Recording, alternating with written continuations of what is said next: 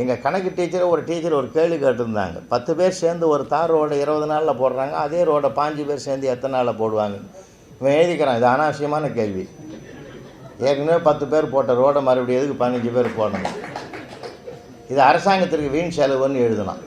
கூப்பிட்டாந்து என்கிட்ட கொண்டு வந்து இவனை விசாரிங்க சார், நீங்கள் செல்லம் கொடுத்து இப்படி வீணாக போட்டானுங்கன்னு இருக்கிறான். சரிம்மா, அவன் ஏதாவது காரணம் இல்லாத எழுத மாட்டான், அவன் அந்த மாதிரி ஆள். உங்களுக்கெல்லாம் இந்த மாதிரி எழுதினாதான் தெரியும் அப்படின்னா. இதை விட பயங்கரமாக எழுதிக்கிறான். நான் எல்லாத்தையுமா வெளியில் சொல்ல முடியும்? என்ன எழுதியிருக்கிறான்னு. ராஜாராம் மோகன் ராய் குறிப்பு வரைக்குன்னா இந்த 4 நல்ல நண்பர்கள்னு எழுதினான். அவன் ராஜா ராம் மோகன் ராயின் தந்தினே பிரித்து. நான் சொன்னேன், இல்லைடா அவர் ஒருத்தர் தான்டா ஓன்னு அழுதான் அந்த பையன். தப்புன்னு கூடமாடா நான் சொல்லக்கூடாதுன்னு. நான் அதுக்காக அழுவலை, நீ படித்து பார்த்து திருத்துவேன்னு நான் நினைக்கவே இல்லைன்னா.